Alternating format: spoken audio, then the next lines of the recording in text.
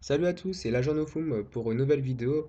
Cette fois-ci, pour vous faire un petit report de la preview BT5 Awakening of Twin Blades, qui était aujourd'hui et qui inaugurait pour la première fois le draft avant-garde. Draft, un format de jeu un peu spécial que je vais vous expliquer. Donc, une petite vidéo d'abord, oui, comme j'ai dit, je vais vous expliquer ce qu'est le draft. Vous dire quelques petits conseils, enfin, que je pense ce qu'il fallait faire ou ce qu'il ne fallait pas faire, au vu de ce que j'ai fait, du résultat que j'ai fait aujourd'hui. Et après, bah, justement, expliquer comment j'ai eu ce magnifique tapis, ce magnifique Pemite Dragonic Overlord The End, très très beau, en caoutchouc, en vous expliquant un peu mes fights, en vous montrant mon deck, le deck que j'ai joué, et un peu mes picks. Donc tout d'abord, le draft avant-garde, simplement. Draft Avant-Garde, c'est un format de jeu en CD. Donc ça veut dire qu'on joue avec des boosters qui n'ont pas été ouverts, de préférence. Et on va jouer avec, avec ces boosters pendant la partie. Et le draft, c'est un peu spécial dans le sens où on ouvre un booster, en fait. On va prendre une carte de ce booster. Et on va passer le reste à son voisin.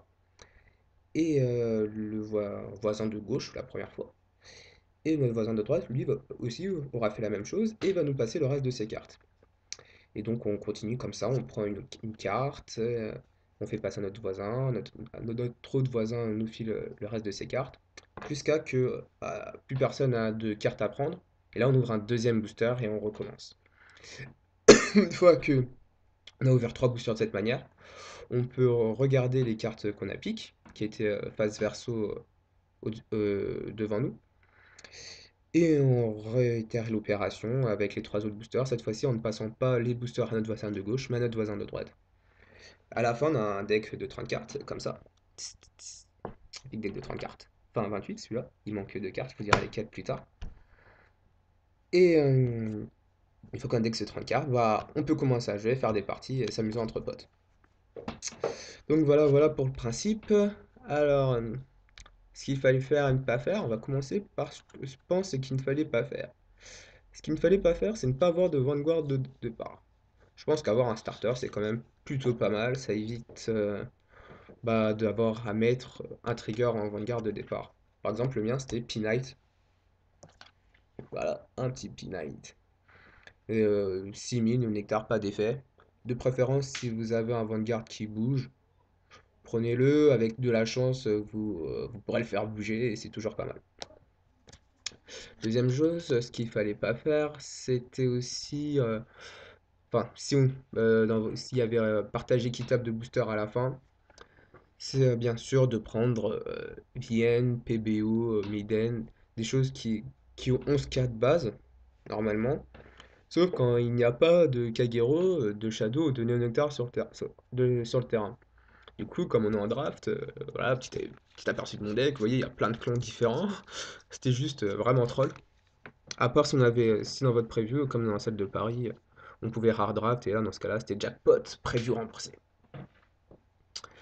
Oui, dernière chose, c'est savoir quand même un ratio plutôt pas mal. Pour ma part, j'ai quand même mis, enfin, je vous expliquerai plus tard mon deck vraiment en détail, mais j'essaie quand même de respecter un ratio pas trop mal, en ayant mis quand même pas mal de triggers sur le trolley. Après, je pense qu'il fallait faire, il y avait quand même de gros spoilers dans la partie, dans ce draft. Donc, spoiler, pour ceux qui savent pas, c'est quand même, ça vient de spoiler, qui veut dire gâcher. Donc, ce sont des cartes qui gâchent littéralement une partie quand elles sortent. Bon, là, on fait gros spoiler. Bon, c'est Vanguard quand même, hein, c'est pas comme si c'est pas dans d'autres TCG où il y a le draft, par exemple Magic, où c'est vraiment infâme en scellé de sortir de telles cartes. C'est quand même gérable, mais c'était vraiment des bonnes cartes en draft. Je pense par exemple à Néo Nectar qui avait Laurel, qui pouvait taper à 12 toute seule et faire des colonnes à 19-20. Vous expliquerez l'intérêt de faire des colonnes à 19 plus tard. Et bien sûr, colonne à 20, je pense que tout le monde tout le monde sait que les colonnes à 20, c'est quand même OP dans le format actuel. Il y avait un autre Néo Nectar dont j'ai oublié le nom, le Lion Hit Like, qui lui aussi était très bon, que Jeffrey jouait justement. Pourquoi il était très bon? Parce que je rappelle, il y a une Lion Hit. C'est Counter Blast 2, on peut stand n'importe lequel de nos rearguards quand ça hit. Et du coup, c'était vraiment bien parce que ça mettait la pression en Vanguard en fait. Le Vanguard mettait la pression. Et c'était l'un des rares Vanguard à pouvoir mettre autant de pression. Donc lui était vraiment bien. C'était vraiment une carte à pic. Et une dernière carte que j'ai vraiment aimée, qui est encore un Néonectar, croire que Néonectar c'était vraiment le clan à jouer, c'est Caramel Popcorn. Alors, voici Caramel Popcorn. Donc, Caramel Popcorn, son effet à Counter Blast 1 plus 1000. Comme ça, on dirait rien, mais ça permet en fait, vu qu'on n'utilise jamais les Counter Blast, d'atteindre les fameux paliers 19 et 20. Il dit beaucoup 19, je vous dirai pourquoi. Et c'était vraiment un gros spoiler qui pouvait terminer des games. C'est du genre, je pose un truc, je pose caramel popcorn, et je fais Counter Blast 3, 4, rien à battre. Et je passe le palier et t'es trollé quoi, parce que si je faisais pas ça, t'avais les 5 minutes de shield pour survivre quoi. Donc, une très bonne carte, caramel popcorn, dans le format. Pour moi, mon draft, comment ça s'est passé? Bah, très bien. Donc, faire une petite présentation de mon deck. Donc, starter P-Knight. Bon, il a 6000, il a pas d'effet, hein. Lui, il a rien de transcendant. J'ai chopé quand même 11 triggers. Oui, 11 triggers, bah, vous savez, hein, là, Jean Ofou m'adore troller. Et bah, du coup, 11 triggers, c'était parfait pour troll avec 4 quick, histoire de faire quick. Et dédicace à Luffy. Et ouais, du coup, ça a trigué plutôt pas mal, autant en défense qu'en attaque, avec bien sûr plus d'un tiers de mon pack étant des triggers, ça a aidé. Niveau G1, par contre, là, j'ai pas été vraiment gâté. Alors, j'ai eu quand même des bons G1, je dis Caramel Popcorn, gros spoiler. Ouah, j'ai eu 2 Vanilla, ce qui est pas mal hein, aussi, hein, vraiment. Vanilla, derrière Vanilla, ça fait colonne à 16, ça pouvait faire des colonnes à 20. Non, il y avait rien à dire. Ça, si, la Lee and Like, vraiment bien, donc on la stand, on défausse et on draw. Ça peut éviter des misrides, hein. Le misride, c'était juste fatal, vraiment fatal en draft. Si on misridait, on pouvait presque dire adieu, j'ai perdu. Sauf si l'adversaire en face misridait. Donc caramel popcorn, ça va. Et après, bah ouais, en fait, j'ai la moitié de mes gens qui étaient vraiment pas très forts. Quoi, ils étaient à 6. Donc ouais, c'est des pics pas très top. Bon, j'ai une rare dedans quand même, donc ça va. Mais ouais, c'est à 6 sans effet. Ouais, c'était pas super sur ce coup-là. Pour moi, j'ai pas eu des trucs vraiment ouf, quoi. Mais bon, ça va. C'était, enfin, à 6 ça pouvait quand même faire des belles colonnes avec mes G2. Il faut faire quand même des colonnes à 15 avec notamment mes Tagitsuhime Burning Horn, qui étaient mes G2 à 9. Plus un B d'hiver que je n'ai pas là, que j'ai changé, que j'ai réussi à choper dans le draft. Et ouais, 2 G2 à 8, bon, il y a mieux, hein. Il y avait beaucoup mieux, je pense, si on chopait des vanilles à 10. Il y avait le vanilla 10 Murakumo et Néonectar. C'était vraiment des bonnes cartes à choper en G2. Et des G2 à 9000. Et j'ai dit, je parle beaucoup de choper des trucs, de faire des colonnes qui tapent à 9 et qui trollent les vanguards. Et qui trollent en fait les vanguards à 9. Car il y avait pas mal de vanguards à 9. Et j'ai eu la chance de pas en choper. Et choper que des vanguards à 10. Pourquoi il y avait beaucoup de vanguards à 9 en G3? Bah, pas vraiment le choix en fait, hein. Genre, il y avait le G3 Royal Paladin quand même hit donne plus 3000 à un autre Royal Paladin. Mais moi j'ai chopé ça. Laurel, donc je vous ai dit un spoiler, vraiment une bonne carte. Et Top Gun, bon, Vanilla à 10, mais c'est un fait en G3. Et j'ai chopé, c'est parce que si il y a 29 cartes là, enfin 28 cartes, plus 29 avec le Bédiver que j'ai changé. Et donc il manque une 30e carte, et j'ai eu Majesty. Ouais, Majesty Lord Blaster. Donc, ouais, bon, c'est pour le rare draft que je l'ai prise, hein, parce que sinon, bah, ça fait comme Top Gun, quoi, c'est un Vanilla à 10. Bon, c'est classe de la jouer quand même, de Ride Majesty. Mais ouais, c'est bon, c'était pas. Ouais, s'il n'y avait pas le rare draft, je suis pas sûr que je la prendrais. Quoi, mais bon. Après, après ça fait toujours un G3, donc vous aurez pu la prendre aussi, hein. Y a pas de souci. Donc, mes parties, bah, je fais une première partie. Quelqu'un qui a un deck pas très équilibré. Mais aussi, pour dire, il est pas très équilibré. Moins que. J'aurais peut-être mis un quatrième G3. J'aurais pu penser à mettre un quatrième G3. Et essayer de choper aussi un sixième G2. Ouais, bon, c'est le draft, hein. J'ai pas eu de chance dans ce coup-là, mais on va essayer, je pense que j'aurais essayé de choper un sixième G2 et un quatrième G3 à la place des deux G0 qui servent à rien. Enfin, qui faisaient quand même du shield, mais voilà quoi, qui me servaient pas au niveau du raid et de la stabilité du deck.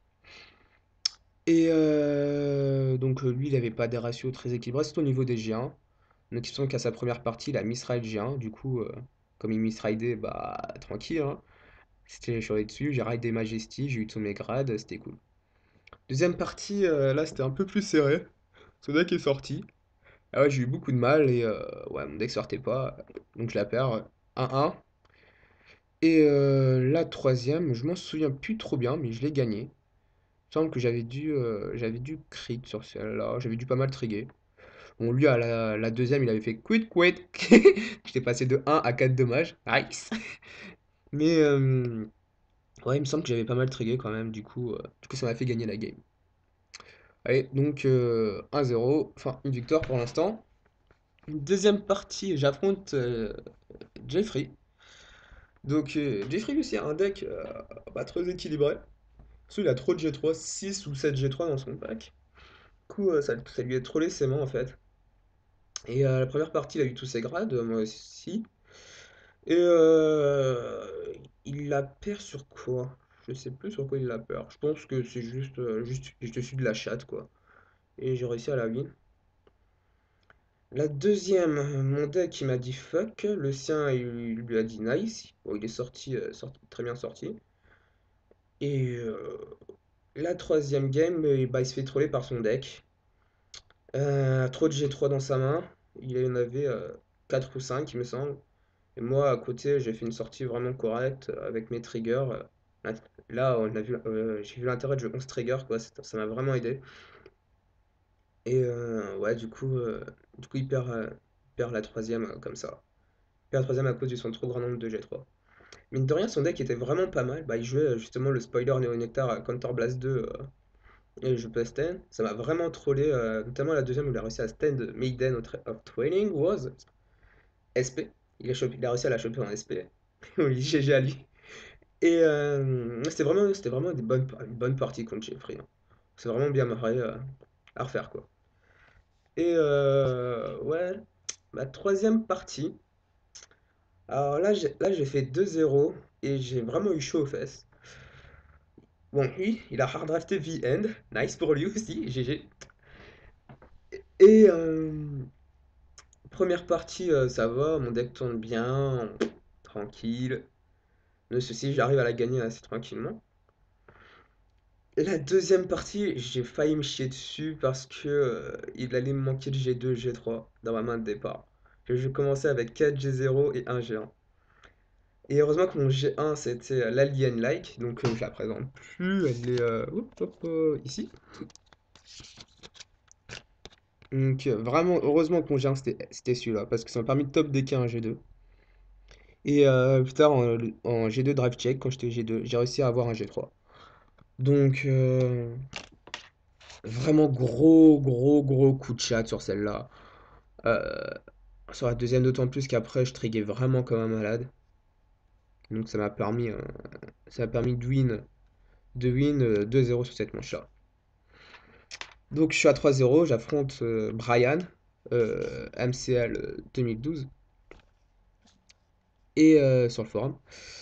Et ouais, bah celle-là, je vais la perdre en fait. Première manche, je la perds au deck out. Et c'est là où je vous dis en fait, de pas jouer trop de draws. Parce que c'est les draws qui m'ont fait perdre en fait. Bah, forcément, j'ai peur mon deck plus vite que lui. Et la partie s'étant éternisée, forcément j'ai perdu. Donc je pense qu'en fait, au niveau des ratios de draw trigger, Je serais bien pour en jouer 2. 3 c'est peut-être 3 c'est trop. 2 je pense que c'est bien. 2 un ou 2 c'est bien. Donc là j'en ai joué 3. Je pense que la prochaine preview je rejouerai pas 3. J'en piquerai pas 3 des draws.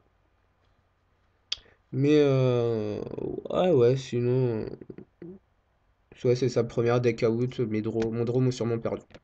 En plus il a vu que j'avais une carte au deck, il pioche, il fait fin de tour quoi. Ça c'était vraiment moche. Vraiment moche. Deuxième, je la perds, bah j'ai failli finir au deck out lui aussi. Mais c'était vraiment une partie serrée. On a vraiment trigué bien tous les deux, c'est vraiment bien défendu. J'ai eu Majesty, donc lui aussi il avait Majesty.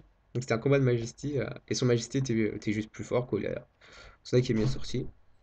Et ça a fait plus de blagues. Ça fait plus de blagues que mon deck. On était tous les deux à 2 cartes à la fin il me semble. Donc c'était vraiment une bonne partie. Donc du coup je fais 3 victoires, une défaite. J'arrive en top 4. Et j'affronte Boudal, qui joue un deck Royal Paladin drafté avec Wingal Brave en starter. Et il arrivait toujours à choper un Royal Paladin en G1 afin de faire bouger Wingal Brave. Donc ça, respect. Première partie, bah, il a pas de peau parce que mon deck sort pas très bien. Et le fait d'avoir joué 11 trigger m'a aidé. Parce qu'il défend à 2 et je fais crit Vanguard, draw Vanguard. Donc, ouais, il se prend. C'est assez moche. C'était assez moche ma première victoire. Et donc, on passait à la 2. Donc, ça a failli se faire en une manche gagnante. Donc, heureusement pour lui, ce serait vraiment deg. Donc, on passe à la 2. Et là, mon deck, il me dit encore fuck. Et je fais pas de double trigger. Donc, j'ai un terrain presque vide. Je fais rien du tout de la partie. Lui, son deck, il fait des supérieurs calls. Enfin, il tourne très très bien. Et du coup, je perds la game. Normal quoi. Il y a un 1 et on passe à la belle. Et là, la belle, j'ai vraiment mon pack qui a envie que j'ai le tapis. Le tapis m'appelle. Et donc, j'ai Laurel en Vanguard, vraiment bien pour faire des colonnes. Je faisais des colonnes à 19. Et j'avais Kai Bediver en rearguard. Et là, Carmel Popcorn me fait un truc bien, quoi. Parce que, vraiment, je vous le dirai pas assez, mais Carmel Popcorn m'a fait gagner plusieurs games. Je l'ai pas dit, mais le nombre de games que ça m'a fait gagner, c'est fou, quoi. Ça m'a fait passer à un palier à 19 parce qu'il avait que des Vanguard. Dans les 3 games, son Vanguard était à 9. Et ça l'a vraiment pénalisé. Donc, là, bah, j'ai tapé bien, j'ai trické bien, et à un moment, il a fait un trigger pass, c'était un trigger. J'ai pas mis sur le Vanguard parce que j'avais pas vu que c'était un trigger pass, mais j'ai gagné quand même. Il a pas chopé le heal au sixième, et voilà. Bon, après, finale, vous me demandez comment c'était la finale? Bah, j'ai dû drop la finale, donc je devais m'en aller. Et du coup, on l'a fait au Shifumi, et j'ai gagné le Shifumi. Mais bon, c'est quand même Rémi qui avait un bon pack. Il me semble qu'il avait chopé PB. Enfin, ouais, il devait avoir un bon pack. Ou il devait avoir beaucoup de chance. Enfin, parce que moi j'ai eu aussi beaucoup de chance. Hein, c'est quand même pas mal de la chance. Et ouais, il a quand même aussi chopé PBO, il me semble, dans ses boosters de draft. Donc GG à lui pour le PBO, quoi. On a- Et puis, comme par hasard, en finale, 2 joueurs de Vice Schwartz. Nice! Donc, une bonne preview. Vraiment une très bonne preview. Donc, j'espère que vous êtes amusés à la preview BT5 Awakening of Twin Blades. Et que vous amuserez à d'autres previews, que vous aurez envie peut-être de drafter, pourquoi pas. Hein. C'est quand même, enfin, c'est pas le format de jeu le plus ouf, mais ça peut être sympa des fois. Et puis pour ceux qui n'ont pas eu la chance d'y aller, j'espère que qu'il y aura plus de tournois de par chez vous, à côté de chez vous, et que vous pourrez peut-être organiser une preview un de ces quatre. En tout cas, bah, pour moi, c'était une très bonne preview avec, bah, je ressors content quand même. Majesty, Big Vert que j'ai réussi à changer à Rayson pour un très bon prix, donc je fais plaisir à quelqu'un en plus. Nice. J'ai eu le Playmate The End, nice. J'ai passé un très bon après-midi, nice. Donc voilà quoi, rien de plus à dire sur cette preview et à la prochaine pour une nouvelle vidéo. Allez, salut!